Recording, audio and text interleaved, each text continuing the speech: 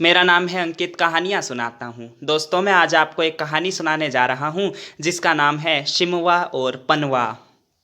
शिमवा और पनवा नाम के दो आलसी व्यक्ति थे। उनके आलसपन का यह आलम था कि चाहे उनके बच्चे भूखे रह जाएं या बीवियां फटे कपड़ों में हों, चाहे गर्मी हो या जाड़ा, बसंत हो या बरसात, हाथ पैर हिलाना उनके वश में नहीं था।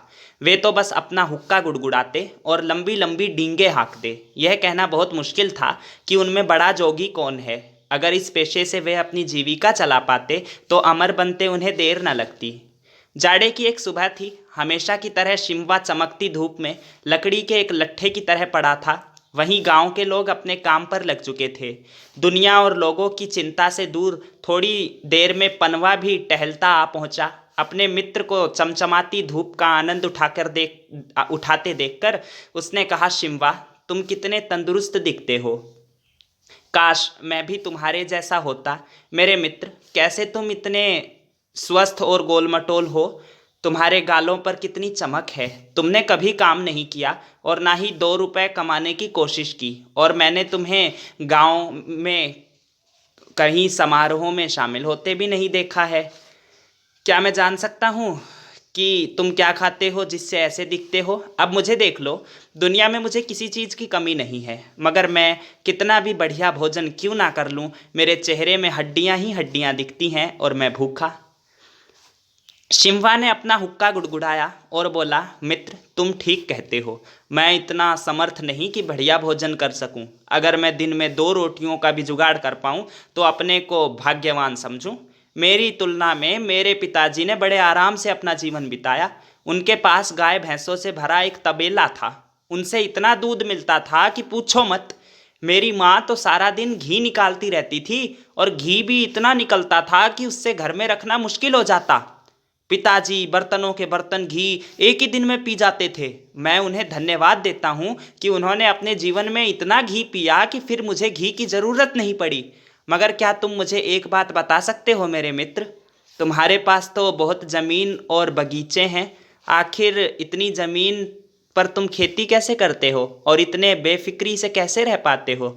मैंने भी तुम्हें कभी कोई काम करते हुए नहीं देखा है।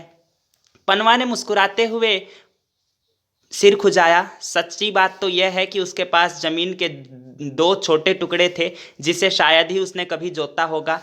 खेती तो उसकी पत्नी करती थी, लेकिन पनवा को भी अपने मित्र की तरह झूठ बोलने में महारत हासिल थी। उसने एक लंबी सांस भरी और कहा, प्रिय मित्र, तुम क्या जानो इतनी बड़ी संपत्ति रखना क्या होती है। यह वही समझ सकता है जो इसे संभालता है। साल भर पहले की बात है।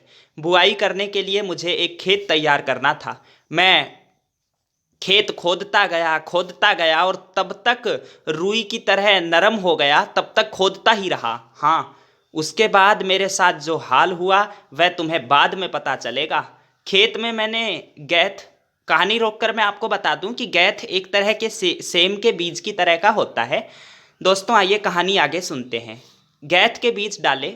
खेत इतना ज़बरदस्त तैयार हुआ कि मैंने अभी बीज डाले ही होंगे कि उससे पौधे निकल आए। मैं तो आंखें फाड़े बस देखता ही रहा। वे इतनी जल्दी इतने बड़े हुए जितनी जल्दी से तुम आंख भी ना खोल सको। उनमें अगर शेर भी छुप जाए तो उसे तुम कभी ना पकड़ सकोगे। क्या ऐसा हुआ मेरे मित्र? शिमवा ने कहा, मुझे तो ऐसे खेत के आसपास फटकने में भी डर लगेगा। हाँ शिमवा, और मैं अपनी फसल को देखकर इतना खुश हुआ कि सब कुछ भूल गया। मुझे तो घर जाने का ख्याल भी तब आया जब मेरे पेट में गुड़गुड़ हुई। मैंने अपने फावड़े को ढूंढा पर वह मुझे कहीं नहीं मिला। मुझे लगा जब फसल कटेगी तो फावड़ा जरूर मिल जाएगा, पर नहीं। मेरी फसल पककर तैयार हो गई। मैंने पके गैथ को काटा, उसके दाने निकाले और उनसे अपना भंडार भरा। तब भी मेरे फावड़े का कहीं कोई नामो निशान नहीं मिला। बहुत दिन बीत गए और फावड़ा पाने की मेरी उम्मीद टूट चुकी थी। अब इसे सुनो। पिछली गर्मियों में गैथ की भरी रोटी खाने का मेरा बड़ा मन हुआ।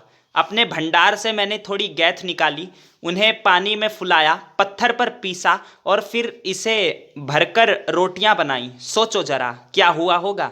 मैंने अभी मुंह में एक निवाला डाला ही होगा कि कड़ाक से मेरे मुंह में जोरदार आवाज हुई और मेरा एक दांत टूटकर 2 टुकड़े हो गया। जानते हो मेरा दांत कैसे टूट गया? मेरे उसी फावड़े से जो खेत दो जोतते समय खो गया था ना।